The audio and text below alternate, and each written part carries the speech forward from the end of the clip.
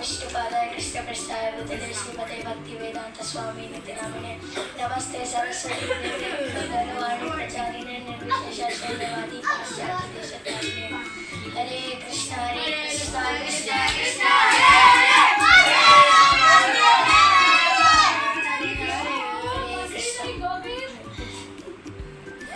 Prepare नहीं किया था, प्रोजी ने यहाँ पे भेज दिया है।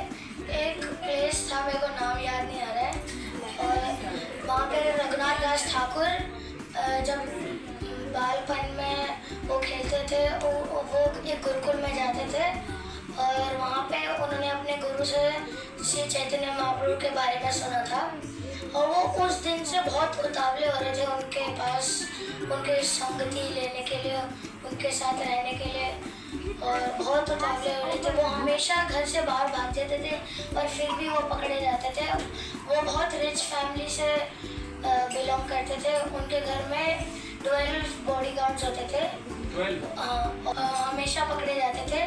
धीरे धीरे वो बड़े हुए, रोज घर से बाहर भागते थे, और एक दिन वो सक्सेसफुली बाहर चले गए और वो चैतन्य महाप्रभु से भेंट कर लिए। चैतन्य महाप्रभु ने एक श्लोक बोला, मरकट वैराग्य ना करिबे लोक दिखाई यार। बंदरों की तरह वैराग्य ना करो, मतलब बंदरों की तरह हरकतें मत करो लोक दिखाने के लिए। चैतन्य महाप्रभु ने बोला कि तुम अभी घर जाओ, और घर जाके सारे कार्य अपना धर्म निभाओ। वो घर गए, उनके माता पिता ने उनकी शादी करवा दी। वो हमेशा भागते थे घर से, हर बार प्रयास करते थे।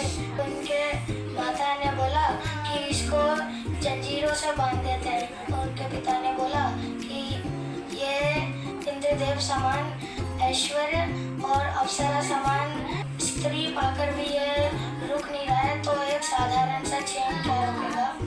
उन्होंने कहा कि छोड़ दो अब इसे, जो करना है इसका करने दो। तो फिर एक दिन उनको कथा मिला कि नित्यानंद प्रभु पानीहट्टी ग्राम में पधारे हैं। तो फिर वो तुरंत गए नित्यानंद प्रभु से भेंट करने।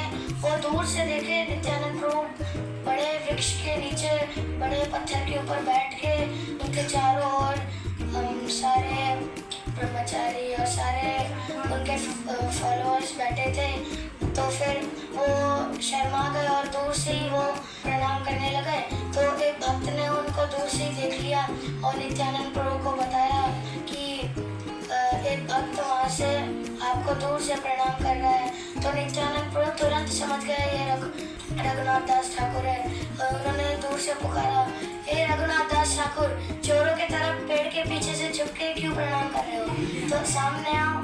तो रघुनाथ दास ठाकुर फिर भी नहीं आए। तो फिर नित्यानंद प्रभु ने उनका हाथ पकड़ के अपने पास लाए और उनके सर पे अपना पैर रख दिया।